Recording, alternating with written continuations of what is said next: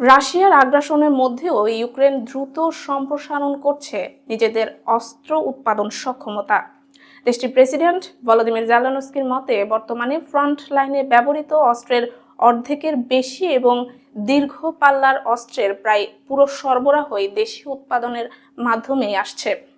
যুদ্ধের শুরুতে সোভিয়েত আমলের পুরনো অস্ত্রের উপর নির্ভরশীল থাকলেও এখন ড্রোন ও রোবোটিক অস্ত্র প্রযুক্তিতে ইউক্রেন নতুন দৃষ্টান্ত স্থাপন করছে।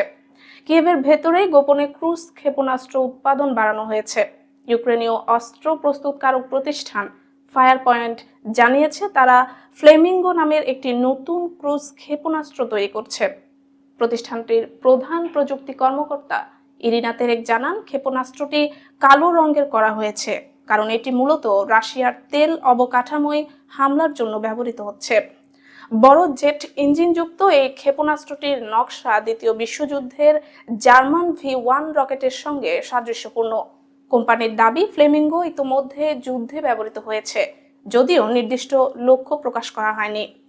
রুশ হামলায় ফায়ার পয়েন্টের দুটি কারখানা ক্ষতিগ্রস্ত হওয়ায় উৎপাদন কার্যক্রম এখন কঠোর গোপনীয়তার মধ্যে পরিচালিত হচ্ছে। বিবিসির সাংবাদিকদের কারখানায় নিয়ে যাওয়া হয়, চোখ বেঁধে এবং ভেতরের কোনো কাঠামো বা কর্মীদের ছবি তোলার অনুমতি দেওয়া হয়নি। ফ্লেমিঙ্গো ক্ষেপণাস্ত্রের পাল্লা প্রায় 3000 কিলোমিটার, যা মার্কিন টমাহক ক্ষেপণাস্ত্রের কাছাকাছি। ইউক্রেনীয় সেনাপ্রধান ওলেক্সান্ডার সিরস্কির দাবি, রাশিয়ার গভীরে চালানো এসব হামলায় দেশটির অর্থনীতির অন্তত 21.5 বিলিয়ন ডলারের ক্ষতি হয়েছে। অন্যদিকে রাশিয়া প্রতিদিন গড়ে প্রায় 200 শাহেদ ড্রোন ব্যবহার করছে, যেখানে ইউক্রেনের সক্ষমতা তার প্রায় অর্ধেক। তবুও ইউক্রেন কম খরচের দেশীয় ড্রোন ও ক্ষেপণাস্ত্রের মাধ্যমে রাশিয়াকে মোকাবিলা করছে।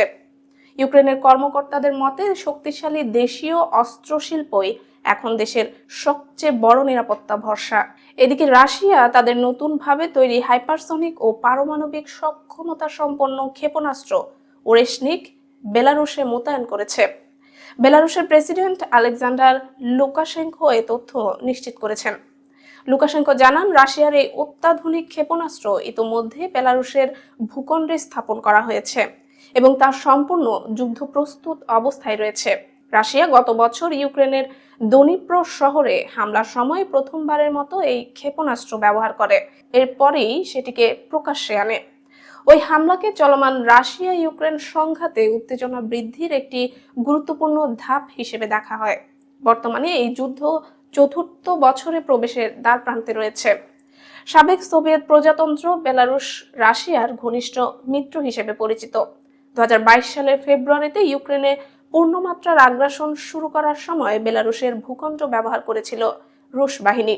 বিশ্লেষকদের মতে বেলারুশে পারমাণবিক সক্ষমতা সম্পন্ন ক্ষেপণাস্ত্র মোতায়েন পূর্ব ইউরোপে নিরাপত্তা পরিস্থিতিকে আরো জটিল করে তুলতে পারে এবং ন্যাটো ও রাশিয়ার মধ্যে উত্তেজনা নতুন মাত্রা পেতে পারে।